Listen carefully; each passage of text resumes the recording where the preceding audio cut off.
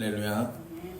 오늘도 말씀을 깨닫는 지혜와 응답받는 기도의 은총이 우리에게 충만한 줄로 믿습니다. 오늘 여호수아 11장 말씀, 이 가나안 정복 전쟁이 계속되고 있거든요. 가나안 정복 전쟁이 계속되는 가운데 우리가 지난 시간 기본과의 전쟁을 살펴봤어요. 그 다음에 이제 아모리의 모든 왕과 그들의 땅을 아모리왕과 그들의 땅을 취하죠. 그리고 그 이후에 이제 가나안 북쪽 지역을 취하는 장면이 오늘 본문의 내용입니다.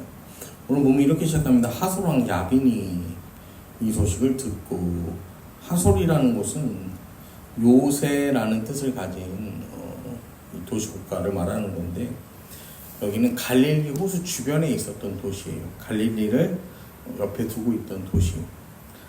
여러분, 가나안 땅에 들어갔을 때 처음 만난 성 여리고, 그리고 이 여리고가 이루고 있는 그 성읍, 이 성읍이 32제곱킬로미터예요. 32제곱킬로미터.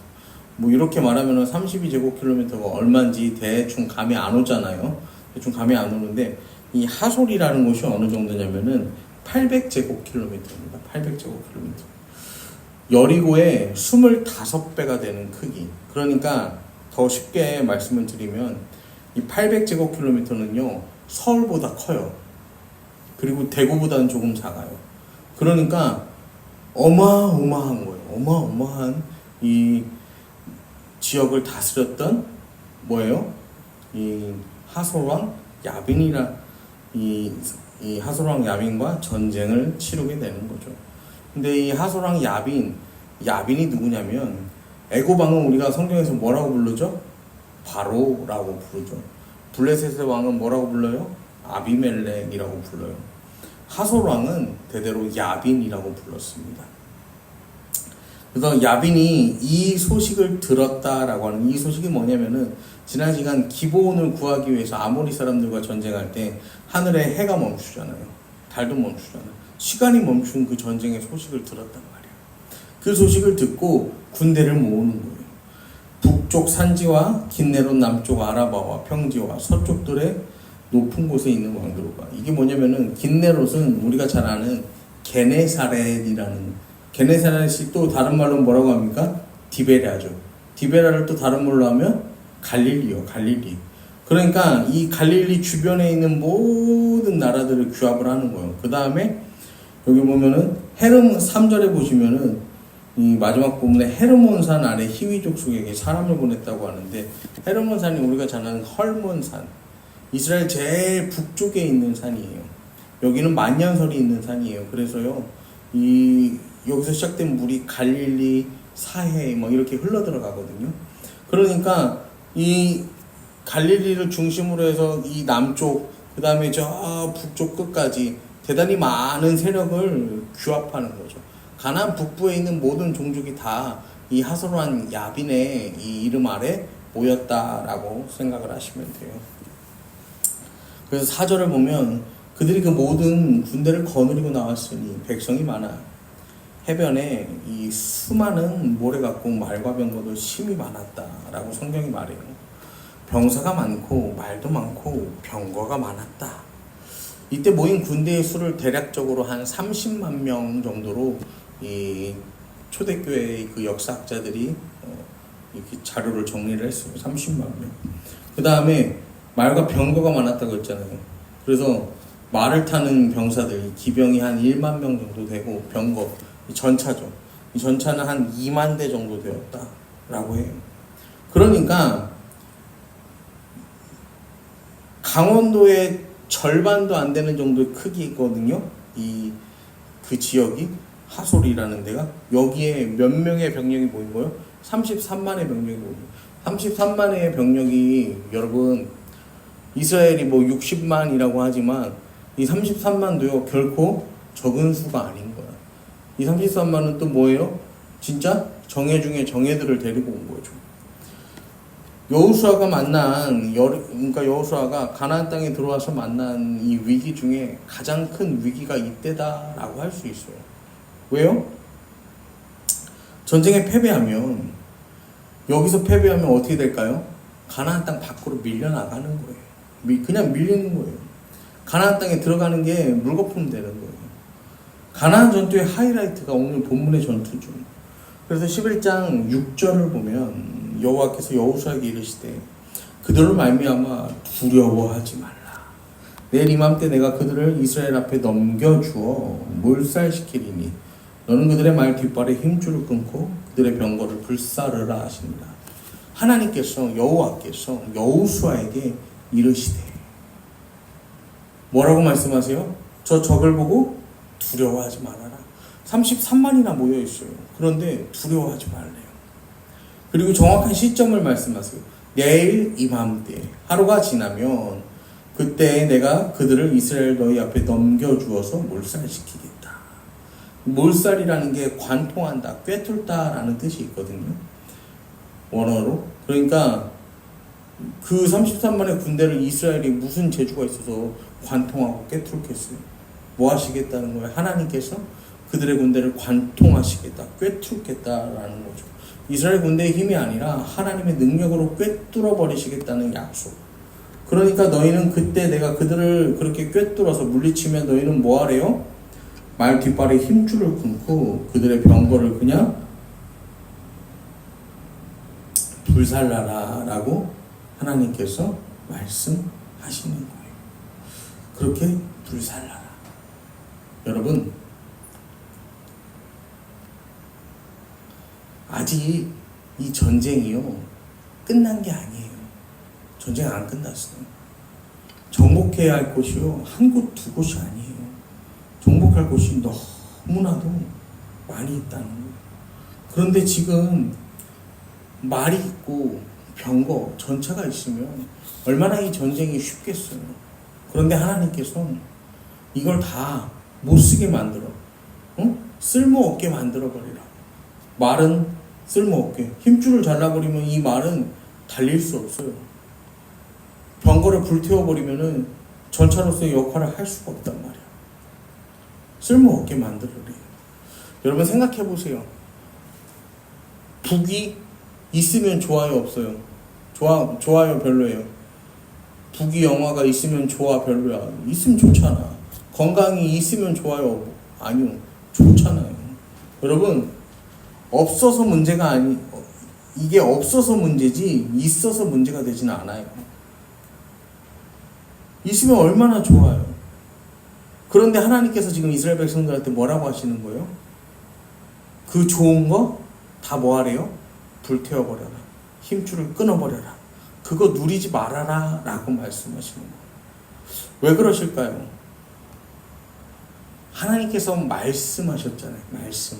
그러니까 우리가 하나님 말씀에서 이 하나님의 이 뜻을 우리가 찾아봐야 되는데, 신명기 20장으로 넘어가면요 20장 1절을 보면 내가 나가서 적군과 싸우려 할 때 말과 병거와 백성이 너보다 많음을 볼지라도 그들을 두려워하지 말라. 애굽 땅에서 너를 인도하여 내신 내 하나님 여호와께서 너와 함께 하시느니라. 하나님께서 모세를 통해서 이스라엘에게 이미 주신 말씀이에요. 신명기에서 말과 병거와 그 백성들을 보고 두려워하지 말아라 라고 하나님 말씀하세요. 왜? 너를 인도하여 내신 내 하나님 여호와께서 너와 함께 하시다. 여러분, 함께 하시는 하나님, 임마누엘의 하나님께서 함께 하신다. 하나님은요, 우리가요 이 세상을 살아가면서 말과 병거를 의지하는 신앙을 가지고 살아가는 게 아니라 우리 가운데 함께 하시는 그 하나님, 눈에 보이지 않지만 손에 잡히지 않지만 이 말과 병거처럼 눈에 보이고 손에 잡히는 게 아니지만 그 하나님께서 우리와 함께 하신 너희는 내가 지킨다는 거예요. 내가 너희와 함께 한다는 거예요. 말과 병거를 의지하지 말고 나를 의지해라 라고 오늘 하나님께서 우리에게 말씀하시는 거예요. 그래서 20장 2절에 신명기 20장 2절에 너희가 싸울 곳에 가까이 가면 제사장은 백성에게 나아가서 고하여 그들에게, 제사장이 먼저 등장하죠. 그 다음에 4절에 보면 너희 하나님 여호와는 너희와 함께 행하시며 너희를 위하여 너희 적군과 싸우시고 구원하실 것이라 할 것이요. 제사장이 나가서 백성들한테 이제 선포하는데 뭘 선포하는 거예요? 하나님께서 너희와 함께 하신다. 그리고 하나님께서 적과 싸우실 것이다. 그리고 하나님이 너희를 구원하실 것이다.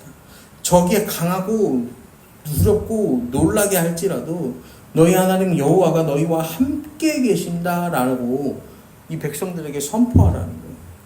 여러분, 우리한테요 이 말이 있어. 그다음 힘줄을 자르지 않은 말이 있고요, 병거가 있다고 생각해 보세요. 그거를 그러면요 우리는 그때부터 하나님을 의지할까요? 의지하지 않을까요?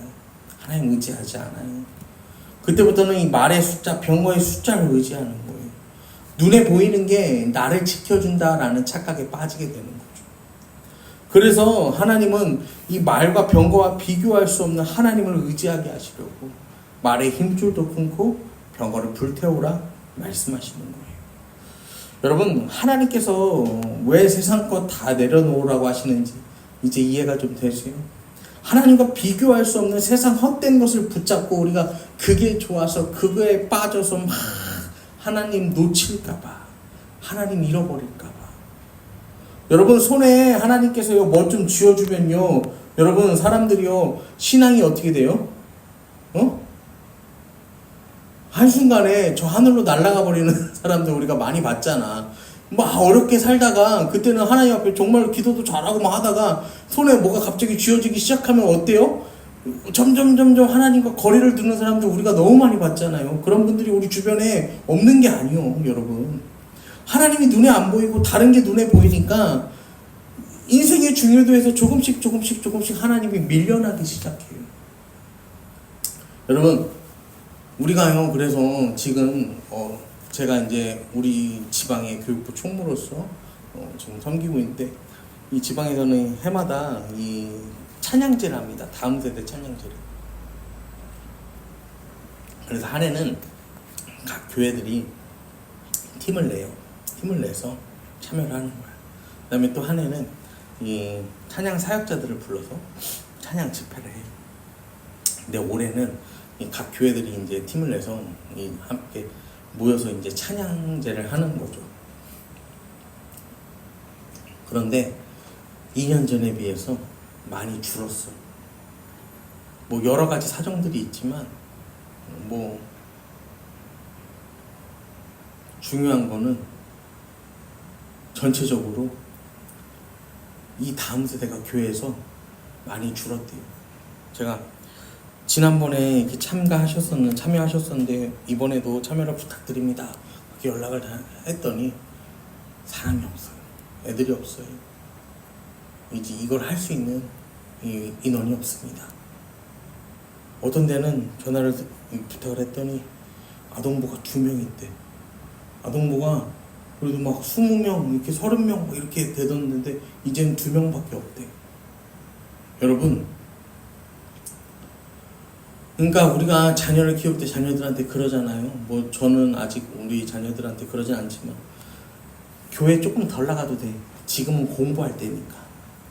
근데 10대가 되면 이제 막 그렇게 하는 거예요. 지금 공부할 때니까. 그 다음에 20대가 되면 이제 뭐라고 하는 거예요? 지금은 취업할 때니까. 교회 신경 좀 덜 써. 그 다음에 이제 취업했어. 그러면은 이제 또 뭐 결혼해야지. 결혼하려면 이게 주말에 이게 교회 나와서 이렇게 못해요. 이제 이러는 거야. 그 다음에 또 뭐예요? 그 다음에는 자녀를 키워야 돼갖고 내가 하나님 일 못해. 그 다음에는 또 뭐예요? 자녀를 이제 다 키우고 나면은 손주 길러줘야 돼갖고 하나님 일 못해. 여러분, 그렇게 살면 안 되는 거잖아요. 우리 인생이요 눈에 보이는 말과 병거를 세다가 끝나면 안 되는 거잖아요. 눈에 보이지 않는 하나님, 그렇지만 나와 함께 하시는 내 안에 계시는 그 하나님을 믿고 섬기는 임마누엘의 신앙으로 우리가 살아야 한다라는 것입니다. 그래서 11장 7절 8절을 다시 여호수아 11장 7절 8절 보면, 이 여호수아가 모든 군사와 함께 메론 물가로 가서 갑자기 습격할 때 여호수아가 이제 습격을 하는 거예요. 여호와께서 그들을 이스라엘 손에 넘겨주셨기 때문에 그들을 격파하고 큰 시돈과 미스로분 마을까지 추격하고 동쪽으로 미스바 골짜기까지 추격하여 한 사람도 남기지 아니하고 쳐 죽이고, 한 사람도 남기지 아니하고 쳐 죽였다. 이 33만의 대군을 뭐 한 거예요? 다 죽였다. 완전한 전쟁의 승리를 보여주는 거예요. 그리고 여호수아가요 11장 9절에 어떻게 하냐면, 여호와께서 자기에게 명령하신 대로 행하여 그들의 말 뒷발에 힘줄을 끊고 그들의 병거를 불로 살랐더라. 할렐루야. 여러분 오늘 말씀의 제목이 이거예요. 여호와께서 명령하신 대로 행하여. 하나님께서 명령하신 대로 행하여 말과 병거를 다 쓸모없게 만들었대요. 여러분 우리가 말씀대로 산다라고 하면서요, 제일 위험한 순간이 언제냐면 위기를 넘겼을 때입니다. 말씀대로 산다라고 하면서 위기를 넘기면 그 이후에 우리 믿음의 자세가 중요한 거예요. 왜냐면은 위기를 넘겼어요. 일단 위기를 넘기면 눈에 뭐가 보이는 거예요? 좋은 게 보이는 거야. 내 손에 쥐어지는 것들이 보이는 거예요. 그러면요 그 순간에 어떻게 되냐면 사람들이요 마음이요 흔들려요. 마음이 막 흔들려. 요동을 친단 말이야. 여러분 우리가 여호수아 성경을 보면 여호수아가 이렇게 과감한 결단을 내릴 수 있었던 이유도 있어. 왜냐면은 아이성을 칠 때, 여리고성을 무너뜨리고 아이성을 칠 때 어떻게 합니까? 아이성 전투에 왜 실패해요? 이 아간이 여리고에서 좋아 보이는 것, 눈에 좋아 보이는 것, 이 말과 병거에 해당할 수 있는 그 눈에 좋은 것들, 황금과 그 외투와 이런 것들을 어떻게 했어요? 챙겼잖아. 그러고 나서 아이성 전투에 실패했잖아요. 그러니까 여호수아는 그 사실을 분명히 알고 있었던 거예요. 아, 눈에 보이는 이거 붙잡을 거 아니구나. 그런데요 여러분, 사람들은 눈에 보이는 거 붙잡아요. 아간도 그러했고요. 나중에 보시면요, 이 사울이 왕이 된 후에, 왕이 되고서요, 사울이 전쟁을 앞두고서 자기 마음대로 제사를 드립니다. 제사장이 없는데 아직 사무엘도 오지 않았는데 자기 마음대로 제사를 드려요. 그리고 제사를 드린 다음에 또 뭐 하냐면요, 하나님께서 야 이 전쟁에서 승리하면 다 진멸하라고 하셨거든요. 근데 진멸하지 않고 좋은 것들은 남겨두고 가치가 없는 것들은 다 죽여버리는 사건이 있어요. 사무엘상에 보면. 여러분 그런데요 충격적인 게요, 그 일로 인해서 이 사무엘이 뭐라고 합니까? 순종이 제사보다 낫다라고 이야기하잖아요. 근데 그때가 언제인지 아세요? 사울이 왕이 된 지 얼마 된지 아세요? 사울이 왕이 된 지 2년 지났을 때요. 2년. 여러분 사람은요 금방 무너져요. 금방. 눈에 보이는 그것에요 금방 무너져요. 하나님께서요 여러분 사울처럼 하나님께서 내 삶에요 기가 막히게 역사하셔서 내가 왕이 됐어.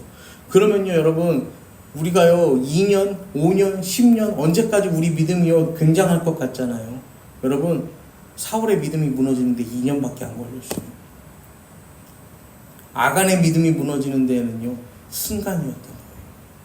여러분 우리 이 시간 오늘 말씀을 또 듣고 결단하실 때 여러분 온전히 하나님께 순종하기를 결단하시기를 바랍니다. 눈에 좋아 보이는 것들을 끌고 와서요, 그걸 끌고 와서 여러분 교회를 포장하지 마세요. 내 삶을 포장하지 마세요. 이게 있으면 하나님이 더 기뻐하시고, 이게 있으면 하나님이 더 좋아하실 거고, 이게 있으면 하나님께서 더 좋게 생각하시고. 여러분 아니에요. 가장 중요한 것은 임마누엘의 하나님, 우리와 함께 하시는 내 안에 계시는 하나님이십니다. 우리를 지으시고 우리와 평생을 함께 하시고, 또 우리가 세상을 떠났을 때 어떻게 해요? 영원한 그곳에서 우리와 함께 하시는 그 하나님께서 여러분의 인생 그 순간순간에, 여러분의 인생의 평생에 함께 하시기를 이 시간 간절히 축원합니다.